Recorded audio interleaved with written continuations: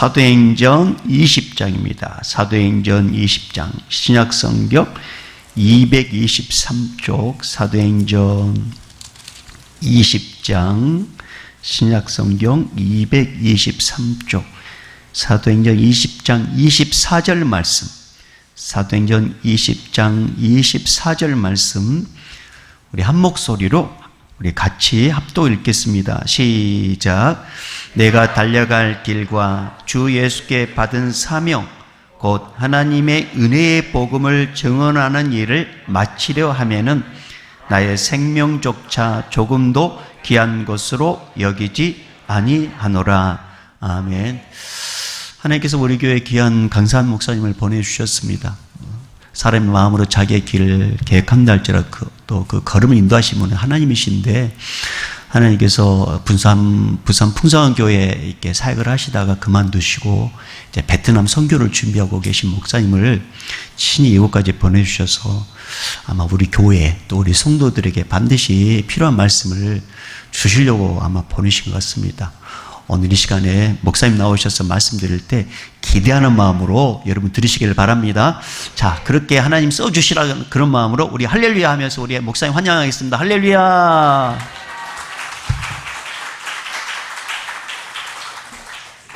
할렐루야. 우리 저에 계신 분과 서로 이렇게 한번 인사했으면 좋겠습니다. 귀하고 복된 날 은혜 많이 받으십시오.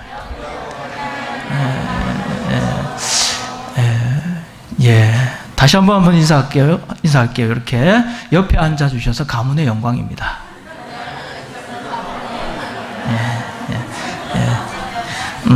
요즘같이 옆에 있는 지체가 다시 새롭게 보여지는 시대를 맞이한 것 같습니다.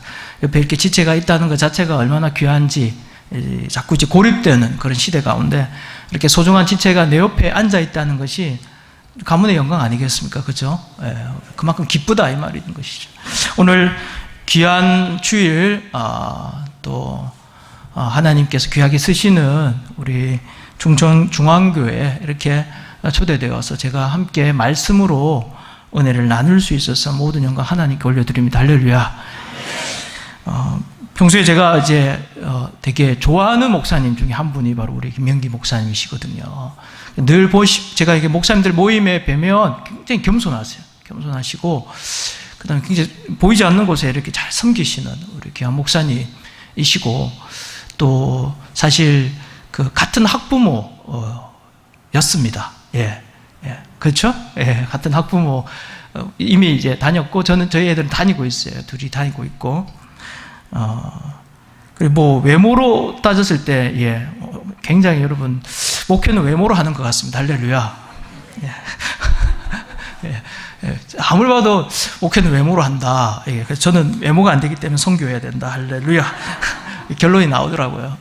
그럼 목소리도 얼마나 이 금쟁반 위에 옥굿을 굴러가듯이 얼마나 이렇게 청아하신지, 또 찬양도 너무 잘하시고, 저도 좀 찬양은 잘하는데 상당히 압도적인 어떤 그런 음색과 또 카리스마 있는 또 인도하심에 깜짝 놀랐습니다. 또 오늘 이렇게 오니까 저는 제일 한 10여 년 전에 충청중앙교를 이렇게 알았는데 너무 교회 이름도 멋있는 거예요. 보통 이제 여기 또 수정동이잖아요. 수청동 맞죠? 보통 뭐 수청동에 있으면 수청중앙교회 뭐 이런 식으로 이렇게 많이 했잖아요, 이전에는. 그런데 수청동에 우리는 머무는 교회가 아니다. 전 충청도를 감당하자. 그래서 수청이 아니고 충청. 충청에 있는 센터 처치, 센터 중앙교회. 그래서 근데 충청뿐이겠습니까? 최소한 충청도. 할렐루야. 나아가서는 이 민족을 감당하는 교회, 나아가는 전 세계를 감당하는 교회. 그래서 정말 충청중앙교회, 대한민국 중앙교회, 전 세계 중앙교회. 할렐루야. 그래서 귀하게 쓰임 받는 또 교회에 또 우리 수준 있는 우리 성도님들과 같이 함께 은혜 자리에 있다는 것 자체가 참 감사하고 감격입니다. 제가 요즘 자주 하는 이야기가 감사하다는 이야기고 좀 행복하다 이런 얘기를 많이 하고 있습니다. 그 이유는 잠시 뒤에 제가 또 나누도록 그렇게 하겠습니다. 오늘 우리 함께 읽은 말씀이 사도행전 20장 24절 말씀인데 이 말씀이 있는 본문은 여러분 잘 알다시피 에베소 교회의 장로님들을 향해서 사도 바울이 그렇게 정말 복음으로 낳은, 그리고 복음으로 세운 교회를 이제 떠나면서 사도 바울 앞에는 이제 예루살렘으로 가서 결박당하고 포로의 신분으로 로마까지 압송되는, 그래서 로마에서 이제 모든 생애를 마치죠. 그 사도 바울이 마지막 했던 고별 설교입니다. 사실 저에게도 이 말씀이 왜 그렇게 중요하냐면, 저에게도 사실 이 땅에서 마지막 고별 설교일 수 있기 때문에 그런 마음으로 여러분에게 또 이렇게 말씀을 전하게 되었습니다. 이 말씀에서 가장 중요한 단어는 사명이라는 단어예요. 그래서 오늘 설교 제목이, 설교 내용은 다 기억 못 하셔도 상관없습니다. 날마다 우리는 새롭기 때문에 할렐루야. 이전 것은 지나갔으니, 이전 설교는 지나갔으니 보라 새 것이 되었도다. 근데 제목은 기억하면 좋겠어요. 다시 사명 앞에.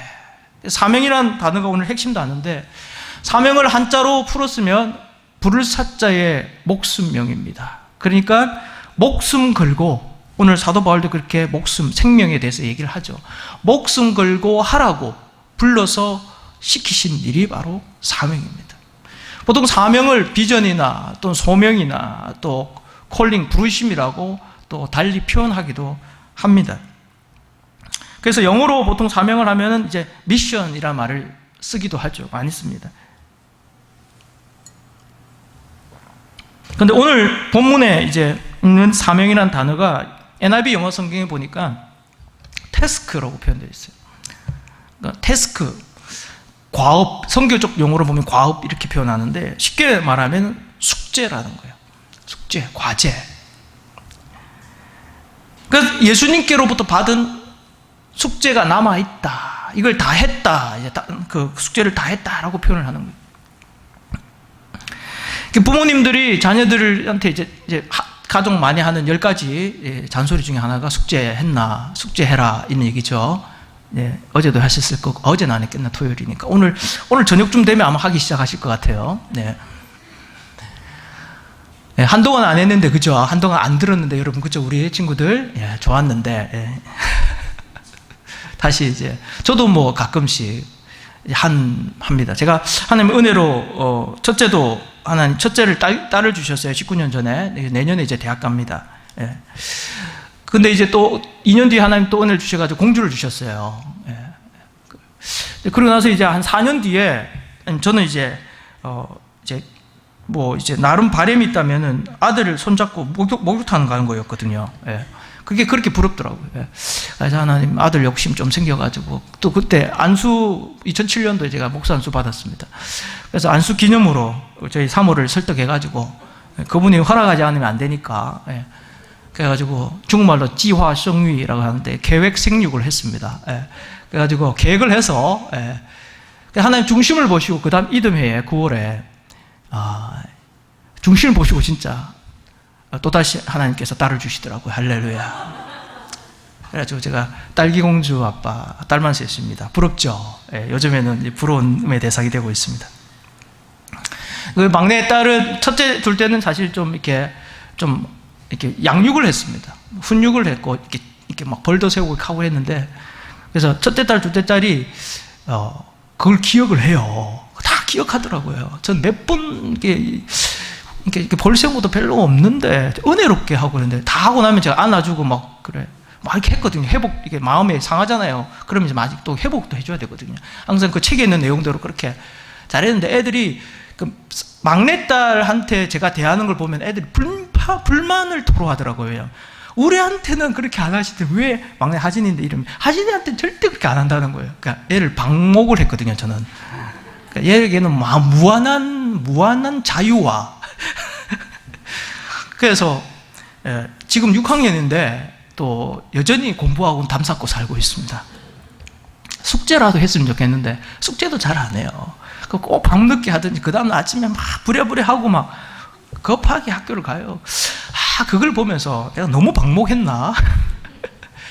근데 지금 사춘기라 지금 어떻게 손을 댈 수가 없어요. 지금은 고이 이제 눈치를 보며 살고 있습니다, 제가. 제가 숙제를 안 하는 우리 그 막내딸을 보면서, 참, 아빠는 좀 숙제 잘하는 편인데, 누구를 닮아서 자아가 저렇나 하는 생각을 해보면서, 문득 그런 생각이 들더라고요. 숙제 안 하는 우리 막내딸을 보면서, 숙제를 미루고 있는 막내딸을 보면서, 하나님 나에게 주신 숙제가 있는데, 나는 미루고 있지 않나. 나에게 주신 사명이 있는데, 남은 숙제, 과제가 있는데, 내가 미루고 있지 않나 생각이 몇 년 전부터 들었어요. 그래서 하나님께 기도하면서 하나님의 인도하심을 구했을 때 하나님께서 이달부터, 이제 7월이잖아요. 7월 정확하게 3주 전부터 저는 다시 장기 선교사로 살고 있습니다. 저는 인생 2막을 다시 시작했다. 인생 2막을 시작했다. 인생 1막을 끝내고 그렇게 표현을 할 정도로 제 생애에 있어서 정말 한 획을 긋는 시점에 있다고 말씀을 드릴 수가 있습니다. 사명에 대해서는 크게 사람들이 반응이 두 가지 반응했습니다. 두 가지 다른 상반된 태도를 취하는데요. 여러분, 그 사명을 향해서 말입니다. 사명이라는 게 사실 이 단어가 좀 이렇게 무겁게 다가오잖아요. 가볍진 않습니다. 근데 이 사명을 대하는데 어떤 분들은 의무와 책임으로 이렇게 대하는 분들이 있습니다. 의무와 책임이 절대 나쁜 건 아닙니다. 그러나 한계점이 있다는 거죠. 의무와 책임으로 해야 될 때도 있습니다. 여러분, 오늘 이렇게 예배에 나오고 또 어떤 분들은 이렇게 예배에 또 순서를 맡거나 또는 어떤 역할, 직분을 맡아가지고 지금 왔죠. 근데 여러분에게 의무와 책임이라는 게 없다면 신앙이 좋을 때도 있지만 이렇게 다운될 때도 있잖아요. 그때 예배에 잘 안 나오겠죠. 쉽게 아무래도 타협할 수 있습니다. 그러나 그래도 맡은 직분이 있고 맡은 내 역할이 있기 때문에 나오잖아요. 그러니까 의무와 책임이라는 게 필요합니다. 근데 의무와 책임으로 계속 할 수는 없는 거예요. 한계가 있기 때문에. 왜냐하면 의무와 책임으로 가다 보면 이게 짐이 되거든요. 사명이 짐이 됩니다. 그래서 짐 때문에 막 허헉거리는 거예요. 하긴 하는데 만족이 없고 허헉거리는 거예요. 저는 그런 생활을 참 오래 했던 것 같아요. 의무와 책임으로. 또 하나의 우리가 지향해야 할 그런 태도는, 사명을 대하는 우리의 태도는 그 사명을 나같이 죽을 수밖에 없는, 억만제약 가운데 죽을 수밖에 없는 이 죄인을 하나님 구원하신 것도 감사한데, 하나님 나에게 소중한 직분을 맡기셨구나, 나에게 소중한 사명을 맡기셨구나, 나를 부르셔서 쓰시는구나, 여기에 대한 감사와 감격으로 대하는 분들이 있다는 거예요. 아마 여러분 다 그렇게, 우리 충성중앙교회는 수준 있는 성도이기 때문에 설교 또 아멘도 잘하고 할렐루야. 눈치도 빠르시네. 사명을 대하는 태도가 아마 여러분 다 감사와 감격으로 하고 있죠? 네. 감사와 감격으로 하면 어때요? 사명이 이제 짐이 아닙니다. 뭐가 됩니까? 기쁨이 되는 거예요. 기쁨이 되고, 나 같은 사람을 하나님 구원해 주신 것도 감사한데 나에게 사명을 주셔서 쓰임받게 하구나. 그 쓰임받는 즐거움이 있잖아요. 목회자의 목회자로 불리는 워렌 위어스비라는 목사님이 있습니다. 그 위어스비 목사님이 이런 말을 남겼어요. 여러분 다 행복하기를 원하시죠? 행복한 삶의 비밀에 대해서 얘기를 했어요. 행복한 삶의 비밀은 의무감 안에서 기뻐하는 것이다. 의무감과 기쁨이라는 게 어찌 보면 병행할 수 없는 단어인데 이렇게 표현한 거. 의무감 안에서 기뻐하는 것이다. 그러니까 우리가 의무와 책임으로 살아가야 할 필요가 있다는 것입니다. 그러나 중요한 것은 뭡니까? 그 의무감 안에서도 기쁨의 이유를 찾는 거예요. 내가 기뻐할 이유를 찾는 거예요. 그 의무감 속에서도 나 같은 죄인을 구원하신 하나님에 대한 그 놀라운 은혜에 기뻐할 이유를 찾고, 나를 쓰시는 그에 대한 기뻐할 이유를 찾고, 우리 가정이 여러분, 부모로서의 그 역할이 얼마나 고단할 때가 많습니까? 가장으로서의 그 역할이 얼마나 고단할 때가 많습니까? 그럼에도 불구하고 그 안에서 아이들이 자라는 걸 보면서 기쁨의 이유를 찾고, 저는 우리 애들을 하나님 다 키워주셨거든요. 저는 주의 일을 한다고 바쁘잖아요. 근데 하나님 다 키워주시더라고요. 그런 데 있어서 또 감사의 이유를 찾고 기쁨의 이유를 찾는 거예요. 여러분, 인생을 100이라고 했을 때 20%는 그러니까 팩트로 점철됩니다. 그러니까 어떤 사건, 사고, 또 어떤 현상, 상황 이런 것들로 채워지죠. 그게 팩트라고 한 단어로 요약할 수가 있겠습니다. 그런데 그 20%밖에 안 된다는 게 그거. 지금 코로나, 포스트 코로나 시대에 우리가 살아가는 여러 가지 환경, 놓여진 처지, 어려움, 고난 이런 건 다 20%예요. 그럼 나머지 인생의 80%는 뭔가? 그 상황이나 그 환경에 그 어떤 일들이 일어나는 것에 대해서 우리가 어떻게 태도를 취하는가에 따라 그 80%가 채워지는 것입니다. 말씀드린 것처럼 어떤 사람은 의무와 책임으로 또는 불평과 원망과 좌절과 낙심으로 80%를 채울 수도 있고요. 또 다른 사람은 그럼에도 불구하고 감사하고 감격하고 기뻐하고 찬양하고 예배드리고 기도하면서 그 삶을 80%를 채우는 사람이 있다는 것입니다. 여러분은 후자가 되시길 바랍니다. 할렐루야. 그러니까 우리가 어떠한 태도로 임하느냐에 달려있다는 것이죠. 참 어려운, 한 번도 경험하지 못한, 예배 때 마스크 쓰고 예배 드릴 거라면 꿈에도 생각은 못했고, 그렇죠. 여러 가지 이렇게 불편한 어떤 그런 제한된 시대를 살아가고 있습니다. 이런 시대가 올 줄 몰랐지만 그럼에도 불구하고 이 가운데 하나님이 우리에게 기뻐해야 할 이유를 찾으시는 거예요. 우리가 감사할 이유를 찾는 거예요. 그게 성도예요. 그게 그리스도인이에요. 세상 사람들과 다른 게 뭘까요? 우리가 똑같이 비 오는 날 밖에 나가면 우산 안 쓰고 나면 똑같이 예수 믿는 사람도 비 맞고 예수 안 믿는 사람도 비 맞아요. 똑같아요. 예수 믿는다고 늘 형통합니까? 늘 잘 됩니까? 아니잖아요. 고난 있고 시련 있고 똑같이 있어요. 어쩌면 더 어려운 것이 다가올 때도 있어요. 그래서 이해가 안 될 때도 있잖아요. 하나님 왜 이러시는가? 그럴 때도 있잖아요. 그런데 그리스도인이 다른 게 뭐예요? 반응이 다르다는 겁니다. 태도가 다른 거예요. 불신자는 그곳에서 원망하고 좌절하고 욕하고 분노하고 그렇게 하겠죠. 그러나 그럼에도 불구하고 믿는 사람들은 감사를 택하고 기뻐할 이유를 택하고 찬양할 이유를 택하는 거죠. 저에게 인생 2막이 이제 시작된 지 3주가 돼서 인생 1막이 있겠죠. 저는 19살에 예수 믿었습니다. 늦게. 지금도 사실 저희 가문에는 예수 믿는 사람이 전무합니다. 목사는 저밖에 없어요. 왜 사촌 중에 한 자매가 예수 믿고 이제 시집 갔으니까 믿는 장로님 댁에 시집 갔거든요. 아주 외사촌 중에 있고 그 외에도 없는 것 같아요. 전무합니다. 그럴 정도로 정말 예수 안 믿고 가난하고 찌들린 그런 집에서 삼남 일녀로 태어났어요. 삼남 일녀 중에 셋째 아들로 태어났어요. 그럼에도 불구하고 하나님이 은혜를 주셔가지고 제 19살에 예수님을 만났어요. 결정적으로. 하나님 참, 그때 하나님이 내 마음에 이렇게 다가오시더라고요. 예수님이 사랑이 내 마음에 싹 다가오시더라고요. 그게 고3 11월 2일입니다. 그때 처음으로 교회를 갔는데, 그 문학의 밤에 처음으로 초대돼서 갔는데, 그때 예수님 만났어요. 제가 눈물을 흘리며 주님 만났습니다. 그리고 그 다음 날부터 제 손으로 성경 찬송 사가지고, 중요한 건 제 손으로 제 돈과 샀다는 겁니다. 자꾸 죽기만 하면 안 돼요. 이렇게 자기가 이렇게 봉사하고 자기가 하게 하는 게 훨씬 더 애착이 있거든요. 그래서 그때부터 교회를 다니기 시작해 지금까지 열심히 출석하고 있습니다. 근데 하나님이, 저는 예수 믿자마자 하나님이 은혜를 진짜 쏟아붓듯이 주시는데, 그 다음 달에 시험을 쳤는데, 시험 성적이 평균 이제 300점 만점에, 그때 제 학력고사 출신이니까, 300점 만점에 평균 점수보다 70점 이상 나왔어요. 놀라운 일이죠. 기적이죠, 기적. 세상에. 절대 제가 공부해서 그렇게 나올 수 없는 성적입니다. 그래가지고 하나님이 좋은 성적으로 대학 가게 하시고, 원하는 대학에 원하는 과에 가게 하셨습니다.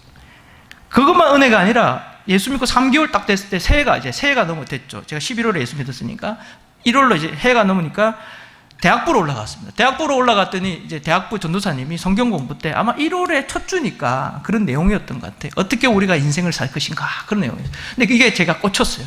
한 달 동안, 1월 한 달 동안 저는 고민했습니다. 나 어떻게 살 것인가?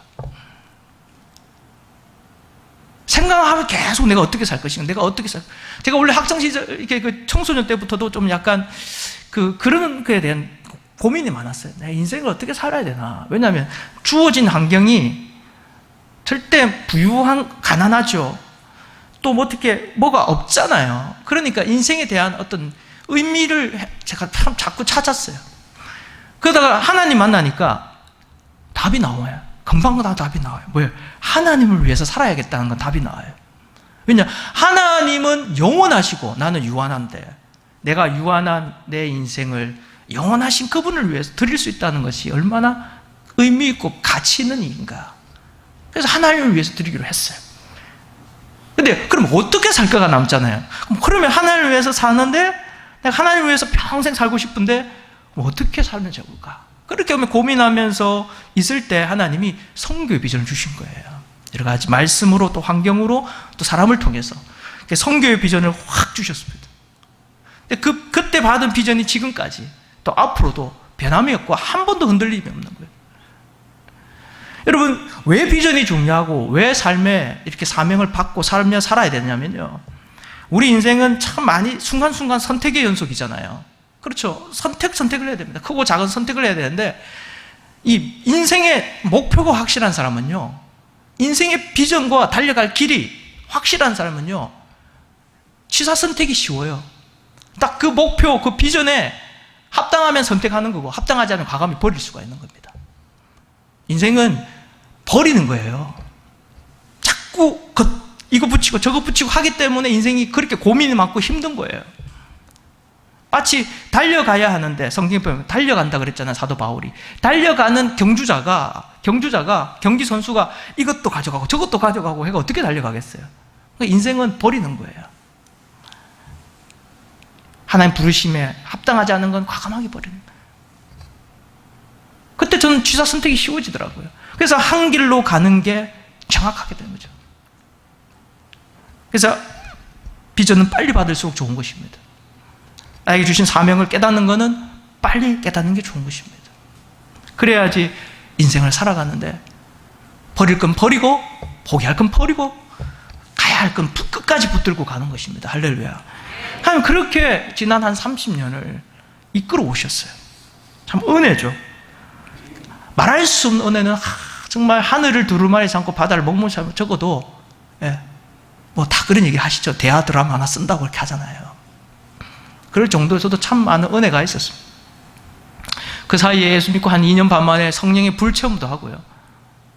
그때 뭐 은사가 터지고 놀라운 하나님의 성령, 오늘 우리 교회 이 충성중앙교회도 정말 성령님 기도 가운데 환영합니다. 뭐 오셔드리면 얼마나 그거 잘하는 건지 성령님이 하셔야 되거든요. 할렐루야. 그때 제가 예수 믿고 2년 반 만에 성령의 어떤 굉장히 여긴 통합쪽이잖아요. 그래도 통합쪽은 열려 있는 데인데 고신이라고 아무튼 좀 아주 전통을 중시하는 데가 있어요. 그런 교단에서 신앙생활 처음 시작했거든요. 제가 풍성교회가 전에 모교회가 그런 곳입니다. 근데 그곳에서도 하나님 은혜를 주시더라고요. 성령님 만나게 하시더라고요. 그런 은혜도 체험하니까 제 마음에 이 선교에 대한 마음이 더 불타는 거예요. 그러면서 제가 부산에 있는 선교 단체들을 다 섭렵했습니다. 그리고 교회들도 가보고 집회도 가면 그렇게 갈급하니까 제 마음에 빨리 이게 훈련받아서 그러니까 20대 초반에 저는 선교 나갈 줄 알았어요. 그 나름대로 이제 그 허드슨 테일러 선교사님이 만든 CIM의 후신인 이제 OMF라는 선교단체에서 1년도 그 오리엔테이션이라고 이제 선교 가기 전에 받는 훈련이 있거든요. 그것도 받았어요.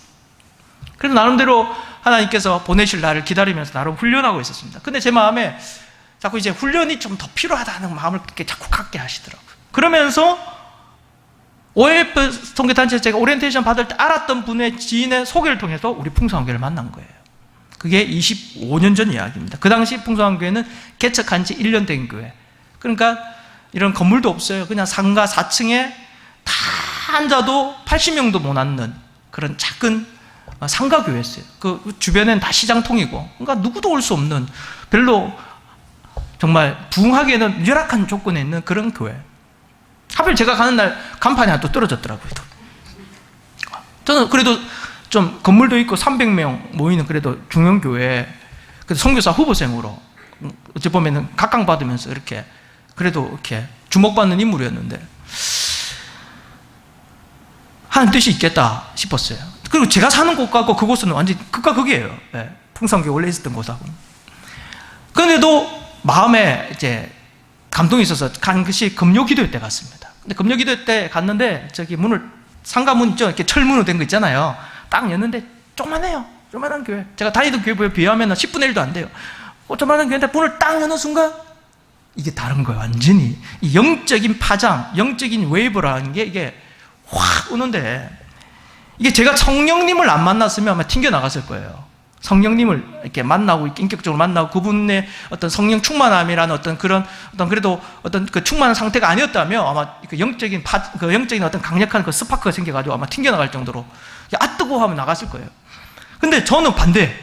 딱 오는데 물 밖에 나왔던 물고기가, 예? 바닥거리던 물고기 다시 물속으로 탁 들어갔을 때의 그런 느낌이라고 표현할 수밖에 없을 것 같아요. 그런 느낌인데 너무 영적인 어떤 막 해갈이 되는 거예요. 영적인 갈증들이. 이곳이다! 그리고 모든 것을 은혜 가운데 잘 그렇게 마무리하고 2달 뒤에 이제 풍성교회를 이제 오게 된 거죠. 하나님의 은혜였습니다. 전적인 은혜. 그 초창기 때. 그래서 저는 풍성교회가 지금 한 4,000명 모이는 그런 대형교회가 됐고, 뭐 많은 국내외 사역들을 하고 있지만, 저는 그런 게 중요하다 생각 안 했어요. 지금 만약에 풍성교회가 아직도 그런 개척교회 상태로 저는 다녔을 거예요. 왜? 그곳에서 비전을 발견했거든요. 그곳에서 하나님 내가 달려갈 길을 발견했거든요. 그곳에서 하나님 주신 놀라운 은혜가 있었거든요. 그 초창기 때 은혜는 말할 수가 없습니다. 그래서 대학도 9년 다녔잖아요. 예. 9년짜리 대학이 있나? 아닙니다.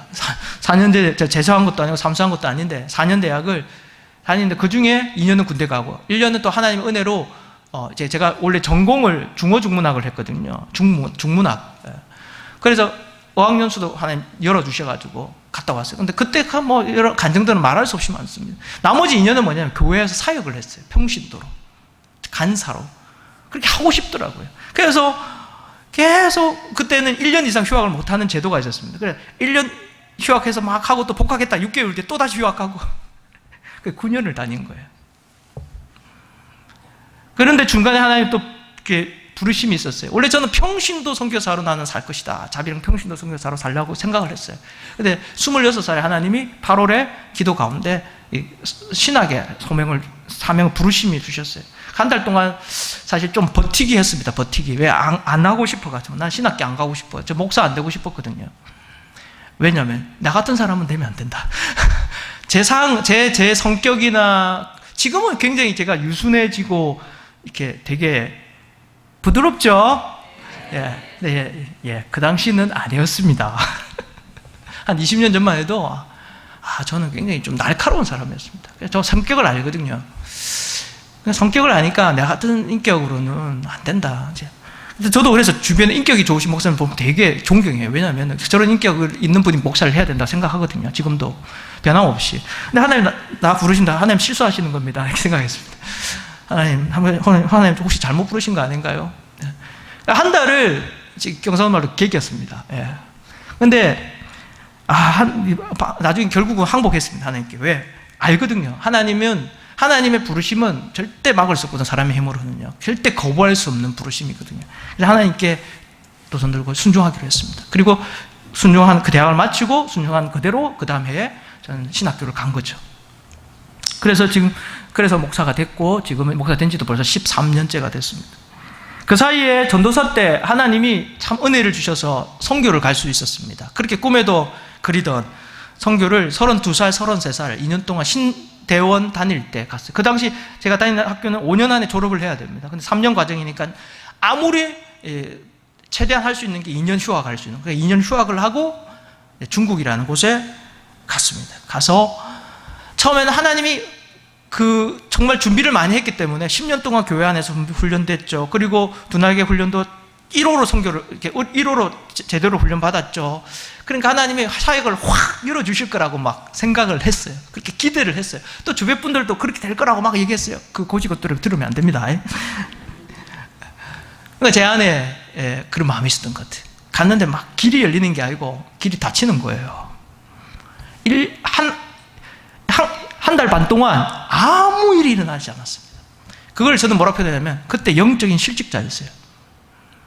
교회에서는 얼마나 제가 뭐 주일날 같으면 앉아 있을 시간이 없어요. 그럴 정도로 바쁘게 사역하고 또 얼마나 많은 일들을 감당했는데 갑자기 실업자가 된 거예요. 영적인 실업자가 된 거예요. 한 달 반 동안 힘들었습니다. 시간 지날수록 힘이 들었습니다. 고국에서 보내오는 선교비가 이렇게 아깝게 쓰이면 안 되는데 내가 뭐 때문에 왔던가 어떻게 자기감도 들고 막 마음에 눌리는 거예요. 짓눌리는 거예요. 그러니까 너무 힘들었어요. 그러다가 어느 날 새벽에 우리 새벽마다 기도했거든요. 부부가 앉아서. 그런데 그날 새벽에 하나님이 찬송가 597장으로 저에게 다가오시더라고요. 이전에 주님을 내가 몰라 영광의 주님을 비방했다. 597장 한번 펼쳐도 보시길래요. 지극한 그 은혜 내게 넘쳐 날 불러주시니 고마워라. 제 이야기잖아요. 이게 597장이 제 인생곡이거든요.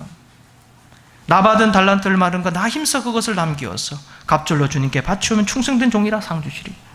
3절에서 제가 막 마음이 흔들렸습니다. 천왕한 무너기한 나에게도 귀중한 직분을 맡기셨다. 그 은혜 고맙고 고마워라. 이 생명 바쳐서 충성하리. 충성하고 싶어요. 4절에는 제가 폭포수 같은 눈물을 쏟아낼 수밖에 없었습니다. 나 하는 일들이 하도 적은 게 어디입니까? 지금 아무것도 못하고 있습니다.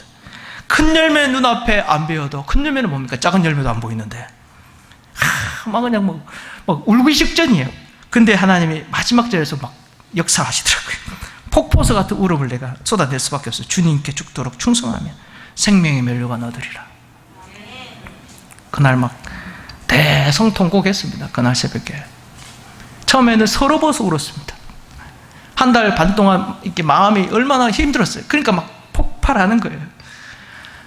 처음엔 서럽고 그 마음이 답답함 때문에 막 쏟아내서 울었습니다. 그러다 보니까 이게 하나님이 이렇게 자꾸 회복시켜 주시는 거예요. 나중에는 감사가 회복되고 또 감격이 회복되고 정말 첫사랑, 그 주님과의 그 고3 때 만났던 그 주님과의 첫사랑이 막 회복되고 은혜 받았던 게 다 새록새록 생각나고 그 회복되니까 하나님의 음성이 들리는 거예요. 아주 짧고 굵게 내가 한다 이렇게 하시는 거예요. 내가 한다. 그때 깨달았어요. 내가 진짜 교만했구나. 말로는 안 하죠. 그러나 마음에 교만이 가득했던 거예요. 내가 하려고 했던 거죠. 그때 하나님 깨닫게 하시는 거예요. 내가 한다. 네가 아니고 내가 한다. 그때 하나님 앞에 엎드리기 시작했습니다. 그때 하나님께 완전히 엎드렸죠. 그러고 나서 하나님이 저를 회복시키시고 은혜를 주시는데 일주일 뒤에 운명 같은 하나님 사랑을 붙여주시기 시작하셨습니다. 그러고 나서 하나님 사역을 확 여시는데요. 2년도 안 되는 그 시간 동안 저기 중국의 저기 러시아 접경 지역부터 시작해서 저기 홍콩까지 남쪽까지 한 20여 교회를 하나님이 이렇게 도와주는 사역 그걸 하게 하시더라고요. 그런 교회들이 얼마나 건강하게 회복되었는지. 그 중에 어떤 교회는 중간에 목사님이 순교하셨어요. 교통사고로. 그런데도 3개월 동안 공석인 상황에서도 그 교회가 든든히 한 명도 이탈자가 없이 다 든든하게 하나님이 붙들어 주시고 성도들이 1년 동안 양육받은 지 1년밖에 안 됐는데도 그렇게 건강해진 거예요. 그래가지고 구임 목사님 왔을 때는 더더욱 좋아져가 지금은 더 부흥했습니다. 또 한 은퇴 교회는 예배 처소가 이게 예배 드리는 곳이 폐쇄가 되어버렸어요. 폐쇄가 되어요. 당국에 의해서, 중국 당국에 의해서 폐쇄가 되어버려요. 그리고 목사님 설교 금지명이 내려졌어요. 그래서 부득이가 소그룹으로 모였습니다. 셀로 모인 거죠. 소그룹으로 모였어요. 그랬을 때 언제 이게 끝날지 몰랐어요. 근데 이제 은혜로 다행히도 3개월 만에 다시 해지가 됐습니다. 폐지 해지가 됐습니다. 다시 모였을 때 한 분도 이탈자가 없이 그때 더 하나님이 더 건강하게 그 3개월 동안 하나님이 더 은혜를 주신 거예요. 사실 이웃 교회들이 그 교회가 제일 컸거든요. 그 도시에서 제일 큰 한인교회였어요. 근데 다른 주변에 있는 교회들이 어떻게 하다가 속으로 이렇게 생각했다. 이제는 우리 교회 오겠지 성도들이. 그렇게 내심 생각했대요. 근데 한 명도 안 와. 얼마나 건강해졌는지 교회가. 지금은 더 잘 되고 있습니다. 할렐루야. 그 교회가 지금 한 1000명 가까이 되는 큰 교회가 됐어요. 그게 다 그 당시 저는 참 미약한 아무것도 못한 부족하고 참 미천한 존재인데 하나님 저를 통해서도 그렇게 씨앗을 뿌리게 하셔가지고 그렇게 많은 열매를 맺게 하시더라는 거예요. 또 또 한 가지 사역은 또 우리 그 중국, 완전히 중국 한족, 그러니까 오리지널 중국 사람들 대상으로 하나님 복음을 전하게 하시고, 그래서 복음 전해서 예수 믿는 제가 한 20개월을 20개월을 그 열린 모임 소그룹 전도 소그룹을 했는데 매주마다 하나님이 예수 믿는 사람을 붙여주시더라고요. 그래가지고 나중에 교회를 하게 됐습니다. 부득불. 그래가지고 교회를 했는데 한 20-30명 모이는 교회가 된 거예요. 물론 지금은 제가 떠나오면서 그 친구들을 다, 제자들을 다 기존의 가정교회들로 다 보냈죠. 사랑하는 여러분, 하나님이 하시면 막을 자가 없는 줄 믿습니다. 그러니까 하나님은 하나님의 일을 할 사람을 부르시는 거예요. 하나님은 우리를 통해 일하시기를 원하십니다. 하나님은 하나님이 그 일을 할 사람을 오늘도 찾고 있는 거예요. 오늘 이 시간도 찾고 있는 것입니다. 순종하고 하나님 앞에 내 삶을 드리겠다고 고백하고 나아가는 사람에게 하나님은 말할 수 없는 기적을 베풀어 주시고 말할 수 없는 은혜를 주시고 그 인생을 또 그 가정을 그 자녀들을 책임져 주신 줄 믿습니다. 저는 정말 그런 감정이 많아요. 정말 아이들 주님이 키워주셨어요. 보면은 애들이 너무 반듯하게 잘 자랐어요. 어딜 가도 사랑받고 좀 칭찬받는 아이들이 됐거든요. 제가 중국을 떠나오면서 곧 수년 내에 다시 가야지 이런 마음이 있었습니다. 근데 벌써 15년이 지나버렸어요. 물론 그 사이에 하나님은 한 교회를 넘어서서 또 한국 교회를 섬기고 또 전 세계 교회들을 섬기는 일에 참 저희 김성호 목사님을 보필해서 그동안 많은 일들을 하게 하셨습니다. 다 같이 한 거지만 그래도 부족하고 연약한 저를 써주신 게 얼마나 감사한지. 여러분 컨퍼런스 오셨죠? 분할 컨퍼런스 오셨죠? 오신 분들 오셨죠? 예. 뭐 그런 일부터 시작해서 뭐 집중훈련이라든지 또 전 세계 센터를 세우는 일들, 이런 것들을, 그러니까 간접 선교를 많이 하게 하셨어요. 근데 몇 년 전부터 제게 이렇게 자꾸 마음에 부담을 주시는 거예요. 이제 네가 나가라 하는 마음을 주시는 것 같더라고요. 원래 저는 나갈 생각을 항상 하고 있었어요. 근데 이게 자꾸 한 해, 두 해 이렇게 연기가 된 거죠. 연기가. 근데 작년에 딱 해를 넘었을 때, 작년 새해가 시작됐을 때 더 이상 하나님께 이 남은 숙제, 오늘 과제, 태스크 미룰 수 없는 마음을 자꾸 주시더라고요. 그래서 하나님께 순종하기로 한 겁니다. 그래서 작년 11월 30일부로 사임을 결정하고, 제가 사임한다는 이야기는 굉장한 충격이었습니다. 그리고 지난 7개월 동안 마지막 컨퍼런스, 2020년 저에게는 마지막 컨퍼런스를 총진행을 하고, 그리고 여러 가지 사역들을 잘 마무리하고 지난달로 이제 사임을 하고 이제 새로운 인생 2막을 시작하게 된 거거든요. 제가 하고 싶은 사역은 크게 세 가지예요. 첫 번째는 공상권 선교예요.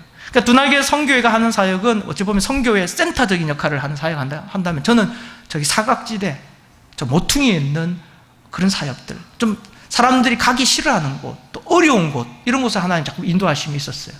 그래서 또 공산권에서, 공산주의 국가에서 사역을 해봤기 때문에 또 그런 경험을 하나님께서 잊지 않으시고, 또 공산주의 국가인 베트남으로 인도하시면 저는 사실 베트남 생각도 안 했어요.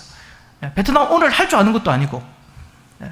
그런데 하나님이 처음에는 대만입니까 했는데, 대만은 제가 한 10여 년 동안 한 30분 이상 왔다 갔다 했고, 뭐 이웃집 들라들듯이 갔다 갔다 했거든요. 언어도 되죠. 그거 뭐 굉장히 저에게는 맞는 조건인데 하나님 인도하심이 없는 거예요. 그러니까 감동이 없어요. 그러니까 하나님의 마음을 안 주셔요. 그래서 말레이시아의 페낭이라는 도시가 중국 사람 70-80% 사는 도시거든요. 있거든요. 그게 또 화교들이 많아요. 그래서 말레이시입니까? 발음도 안 돼. 말레이시아입니까? 해서 작년 여름에 갔다 왔잖아요. 확인차. 근데 마음을 안 주셔요. 그러다가 제가 조금 가을 들어서 좀 많이 힘들었어요. 그래서 좀 이렇게 휴가 내고 쉬려고 2박 3일 그냥 이렇게 싼 그 하노이행, 베트남 하노이행 티켓이 있길래 이거 있다 해가지고 하노이로 갔죠. 쉬려고 간 거예요. 그냥 쉬려고 갔는데 거기서 마음을 주시는, 부르심을 딱 주시는 거예요. 이곳인가 보다. 그래서 베트남이 어떤 곳인지 잘 몰랐죠. 근데 알아보니까 이것이 중국과 너무 연관이 되어 있는 거예요. 오랫동안 중국과 이제 이게 문화 교류가 있었습니다. 그리고 한자 문화권이었어요. 지금은 알파벳으로 이렇게 그 프랑스 식민지 살 때 알파벳으로 이렇게 바꿨죠. 근데 원래 한자였거든요. 그 다음 유교 문화권이죠. 대승불교 문화권이죠. 그리고 굉장히 이 사람들이 다른 동남아 사람들과 다르게 부지런해요. 그래서 한국 기업들이 많이 가 있죠. 그러니까 한국 기업이 많이 있고 한국 사람을 되게 좋아해요. 예. 바캉스 감독이죠. 그죠. 하노이에 있고, 어느 교회 다니는지도 알아요, 제가. 그러니까, 한국 사람을 환영하는 곳이면 훨씬 선교적으로 유리하거든요, 아무래도. 하나님 그렇게 자꾸 인도하심이 한 번도 생각 안 해봤던 나라로 인도하시더라고요. 그런데 그게 공산주의 국가예요. 예. 그래서 제가 정탐자 코로나 오기 전에 갔다 왔거든요. 갔다 왔는데 제 사무도 같이 가야 되니까 갔다 왔어요. 그러니까 그쪽에 호치민에 있는 선교사님이 뜨뜻하신 말씀, 왜 베트남 오려고 하냐고 하시는 거예요. 왜요? 하니까 베트남 힘들다고. 자기가 10년 있었는데 베트남은 한국 교회는 이렇게 가시적으로 건물 짓고 막 이렇게 드러나는 거 원한다고, 그런 선교 보고를 원하지, 이곳에서는 사람 그게 힘들다고, 건물도 못 세운다, 공산주의 국가라서. 괜찮습니다 했습니다. 하나님이 이곳을 인도하셨다고. 그리고 저는 건물이 중요하다는 생각이 듭니다. 한 영혼 한 영혼이 교회입니다. 한 영혼 한 영혼을 세우는 사역을 할 겁니다. 그리고 이곳에 하나님이 인도하셔요. 그분은 어디 가냐면 캄보디아 가래요. 왜? 캄보디아는 베트남보다 선교사가 10배로 많거든요. 10배로. 그리고 캄보디아는 건물 짓고 하기 쉬워요. 저는 그게 인도하심이 없는 거예요, 자꾸. 뭐 캄보디아는 가보긴 가보겠지만 하나님의 인도하심 따라죠. 저는 지금까지 제 인생에 예수 믿고 30년 동안 제일 잘한 게 뭐냐? 순종을 잘했습니다. 제 은사가, 제 특기가 순종하기. 가라면 가고, 가지 말라면 가지 말고, 있으라면 있고, 떠나라면 떠나고. 그랬던 인생이거든요. 한 30년이. 다시 하나님께 인도하시면 제 인생을 맡기는 거예요. 사실 쉽지 않은 타이밍이에요. 제 나이가 이제 안정권을 취해야 될, 이제 좀 50을 바라보고 있거든요. 30대 초반을 보시겠지만. 원래 제가 좀 동안인 편이라서. 제 아이들이 이제 대학 가야 되고, 한참 이제 돈 들 나이죠. 지금은 안정을 취해야지. 제가 지금 사실 독립하지 않으면요, 제 직급이나 직이나 여러 가지 일하는 거나 페이나 괜찮아요. 굉장히 괜찮아요. 좋은 조건이에요. 그냥 있으면 돼요. 머물면은 뭐냐, 안정권이에요. 근데 하나님 그런 마음을 자꾸 주시는데 순종해야겠더라고요. 내가 순종하지 않으면 안 되겠다 마음 주시는 거예요. 그리고 또 그런 마음에 함께 또 하고 싶어요. 마지막 인생을 좀 더 내가 힘있고 조금이라도 덜 늙기 전에 이 부르심에 순종해서 하나님 앞에 마지막 한번 불태워보자. 이 열정이 식기 전에 불태워보자. 이런 마음을 주셨습니다. 그러니까 순종한 거지. 이제 순종하기로 하는데, 순종하고 나니까 하나님 평안을 주세요. 그 옛날에 그 30년 전에 그 첫사랑이 요즘 이렇게 첫사랑이 회복돼가지고요, 주님과 이 관계가 아주 촉촉합니다. 예. 예. 너무 주님과의 그 친밀도가 아주, 예. 코로나가 이렇게 끼워서 이렇게 거리두기 할 필요가 없어요. 할 수가 없어요. 그러니까 얼마나 친밀도가 있는지. 예. 너무 가깝게 지내고 있습니다. 가깝게 지내니까 좀 이렇게 뭐 헛짓을 못 하죠. 너무 감사하고요. 여러분, 저는 오늘 말씀처럼 이제 말씀을 정리하겠습니다. 오늘 사도 바울이 나의 달려갈 길이라고 얘기했고, 예수님께 받은 것, 그리고 은혜의 복음을 전하는 일이라고 얘기했던 그 사명을 마치려 하면은, 그러니까 곧 로마까지 가는 그 여정을 통해서 결국 마치게 된다는 거죠. 이제 마치려 하면, 곧 마치게 된다는 거죠. 곧 마치려 하면은 뭐 또 귀한 것으로 여기지 않는다? 생명조차. 여러분, 돈이 귀하다 그러지만 생명하고 바꿀 수는 없는 거잖아요. 그렇죠? 생명만큼 귀한 게 어디 있겠습니까? 그러니까 인생에게 있어서 가장 귀하다고 여기는 그 생명, 그러니까 생명이라는 게 가장 소중하게 여기는 그 생명보다 더 귀한 게 있다는 거예요. 그게 뭡니까? 주님이 내게 주신 사명이라는 거예요. 저는 5년 전에 이걸 깨달았습니다. 생명보다 귀한 게 사명이라는 걸 5년 전에 하나님 깨닫게 하셨어요. 제가 5년 전에 건강에 어려움이 찾아왔습니다. 몸이 안 좋아서 갔더니 신장에 문제가 있다는 거예요. 신장에. 혼판. 검사를 하니까 수치가 굉장히 단백뇨 수치가 팍 올라가는 거예요. 그러니까 한 400이 나오는데 한 500이면 투석을 해야 되는 거예요. 조직 검사하고 투석을 해야 됩니다. 또 투석하다가 상태가 더 악화되면 신장 이식을 하고 평생 면역 억제제를 먹고 무리를 하면 안 되는 거거든요. 그런 초기 진단을 받은 거죠. 그 당시 저랑 비슷한 시기에 같은 현상이 있어서 병원을 갔던 어떤 권사님은 이미 신장 이식을 했습니다. 근데 저는 신장 이식도 안 하고 투석도 한 번도 안 했습니다. 하나님 살려주신 거죠. 근데 발견하고 1년 반 동안 사실 이 수치가 안 내려갔어요. 계속 됐어요. 그러니까 3개월마다 가서 검진을 받는데 계속 되는 거예요. 안 좋은 상태가 계속 되는 거예요. 저도 사람인지라 낙심이 완전 찾아왔습니다. 제가 너무 낙심이 돼가지고 좀 기다리면 좀 좋아질 거란 생각을 하고 또 나름 관리를 했거든요. 네, 이렇게 식단 조절도 하고 막 이렇게 했는데 호전이 안 되니까 제가 낙심이 찾아오는 거예요, 내 마음에. 그러면 어느 날 앉아가지고 하나님 이게 뭡니까? 하나님 뭡니까? 그러면서 푸념하고 있는데 하나님이 이렇게 생각하게 하시더라고요. 이렇게 감동을 주시는 거예요. 어떤 마음을 주시냐면 한 번 왔다 한 번 가는 인생인데 인생이 두 번 사는 거 없는데 그동안 진짜 주의 은혜로 살아온 거잖아요. 그동안 주의 은혜로 한 25년 이렇게 살아온 거에 얼마나 감사한가. 자, 그러면 하나님이 주신 사명이 다 끝났다면 하나님 데려가십시오. 예. 남은 자식들, 저 자식은 알아서 주님 책임져 주시고 저는 괜찮습니다. 뭐 어차피 천국 가는 거예요. 모두가 천국 가야 되는 주님 앞에 써야 되니까. 근데 내가 하나님 이렇게 데려가시는 이유는 내가 사명이 다 했다고 믿겠습니다. 그러나 만약에 남은 사명이 있다면, 남은 태스크, 과제가 있다면 하나님 건강 주셔야 감당합니다.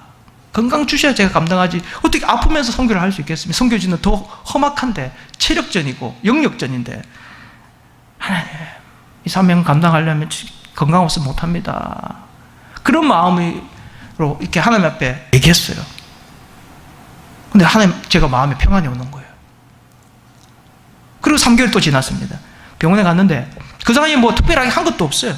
3개월에 뒤에 갔는 검진 시간 날이 돼서 갔더니 수치가 180으로 떨어지면 180이 뭐냐면 200이면 정상 수치입니다. 200 밑이면 180이 나오고 할렐루야. 정상 수치가 갑자기 나와버린 거예요. 제가 놀랬죠. 그래서 제가 와 하나님 은혜입니다. 간증 안 했습니다. 3개월을 더 기다렸어요. 그리고 두 번째 검사 3개월 뒤에 검사를 했을 때 또다시 정상 수치가 나온 거예요. 그러고 나서 제가 설교할 기회가 있을 때 간증을 한 거예요. 그랬더니 은혜를 엄청 받으시는 거예요. 은혜를. 예, 내가 2년 동안 고생한 건 생각 안 하고 은혜를 엄청. 그리고 지난 3년 동안 하나님 여전히 그냥 붙들고 계십니다. 원래 뇌하고 신장은요, 한번 이게 데미지를 입으면 회복되는 게 아니에요. 그 상태로 더 나빠지지 않게 하는 게 병원에서 해주는 거예요. 근데 저는 이렇게 딱 하나님 붙들고 계시고, 하나님 붙들고 계시고 쫙 가는 거예요.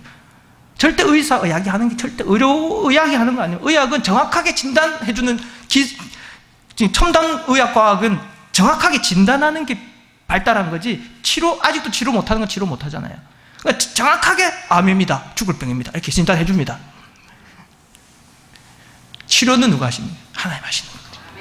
하나님이 딱 붙들고 계신 거죠. 그냥 언제까지? 사명이 다할 때까지. 저는 덤으로 사는 인생이에요.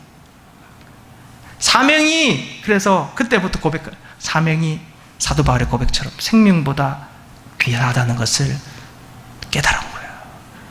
저는 몸으로 깨달았어요. 사명이 그만큼 중요하다는구나. 그래서 저는 생각해요. 사명이 있어서 삽니다. 사명 때문에 삽니다. 그러니까 사명이 없으면 정말 살아나 죽은 인생이죠. 의미가 없는 거죠. 사명이 있어서 살아가는 거예요. 얼마나 감사해요. 아직도 살아있다는 건 아직도 사명이 있다는 거죠. 이걸 다 할 때까지 하나님은 살려주신다. 그러나 내가 이 사명을 등한시하면 언제 어려움이 찾아올지도 모르는 거예요. 사실 인생이 그런 겁니다. 한낱 참 왔다 그냥 가는 인생이잖아요. 여러분, 이제 말씀을 마칠게요. 시간이 되었으므로. 여러분에게도 주어진 나름의 과제가 있습니다. 사명이 있다는 거죠. 크고 작은. 그리고 153 세계비전 이런 공동체에 몸된교회 주신 사명도 있습니다. 우리가 어떻게 대해야 될까요?